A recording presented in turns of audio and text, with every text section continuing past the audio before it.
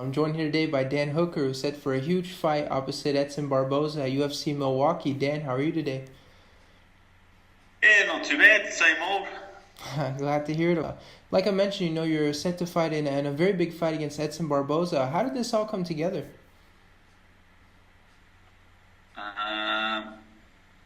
Well, I won a couple fights, and I asked for a bigger fight, and they came to me with this name. They came to me with Edson Barboza. It's quite pretty straightforward how it all came together. Were you surprised at all that they came to you with such a big name? We know you've been calling for the big fights. Were you surprised? Yes and no. I didn't want to get my hopes too high, shoot too high in the rankings, but it's the way it turned out. So I'm pleased with the result. And how crazy has 2018 been for you? Obviously, you've got two huge KOs to kick off the year, and now you're set for a big fight towards the end of the year. How's the year been overall for you?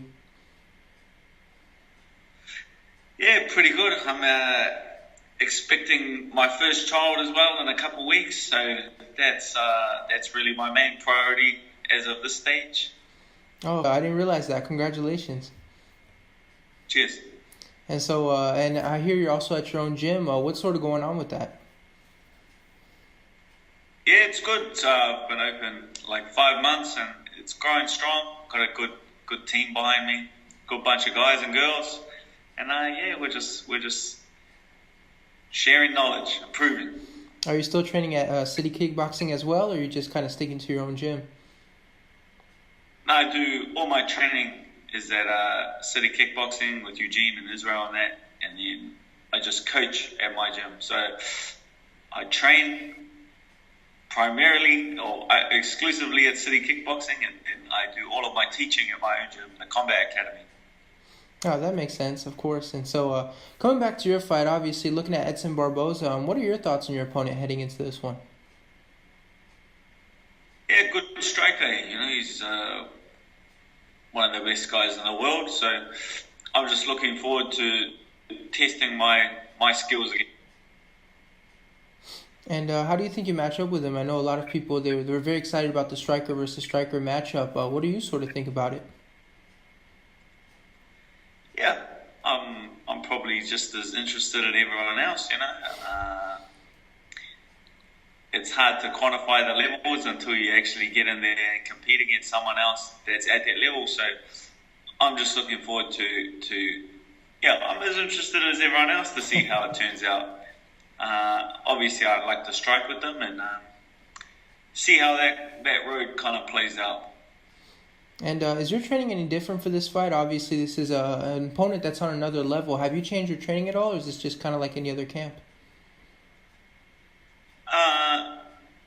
We always make changes depending on specific opponents. So, a few technical changes, but, primarily like all of the conditioning work and things like that stay the same. It's just you make a few technical tweaks.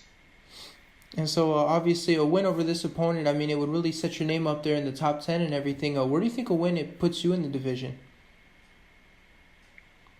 I really have no idea. You just kind of got to get in there and then let the cards fall as they may. I haven't even put a second of thought into what comes next, what comes after Edson Barboza. He's too good and he's too tough of a test to overlook for a second. And obviously, in your last fight, you're coming off a big KO win over Gilbert Burns. What do you think went right for you in that fight?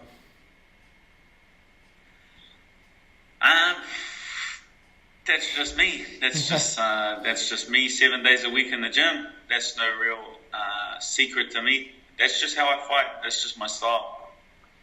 And I think one thing that I heard after the fight that you were saying that I thought was interesting was you thought he cut too much weight and that you felt like that affected his durability in the fight. What was sort of going on with that?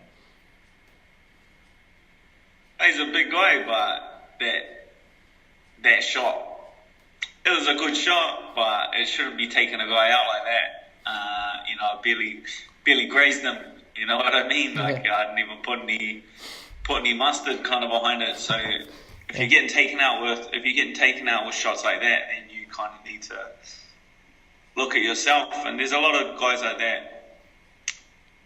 but they get used to fighting another big guy who's cutting heaps of weight. So they're both as chinny as each other, and they're both as kind of slow and muscle bound and restricted as each other. So I guess it's not really evident. But then when he comes up against someone that's kind of fresh and doesn't really have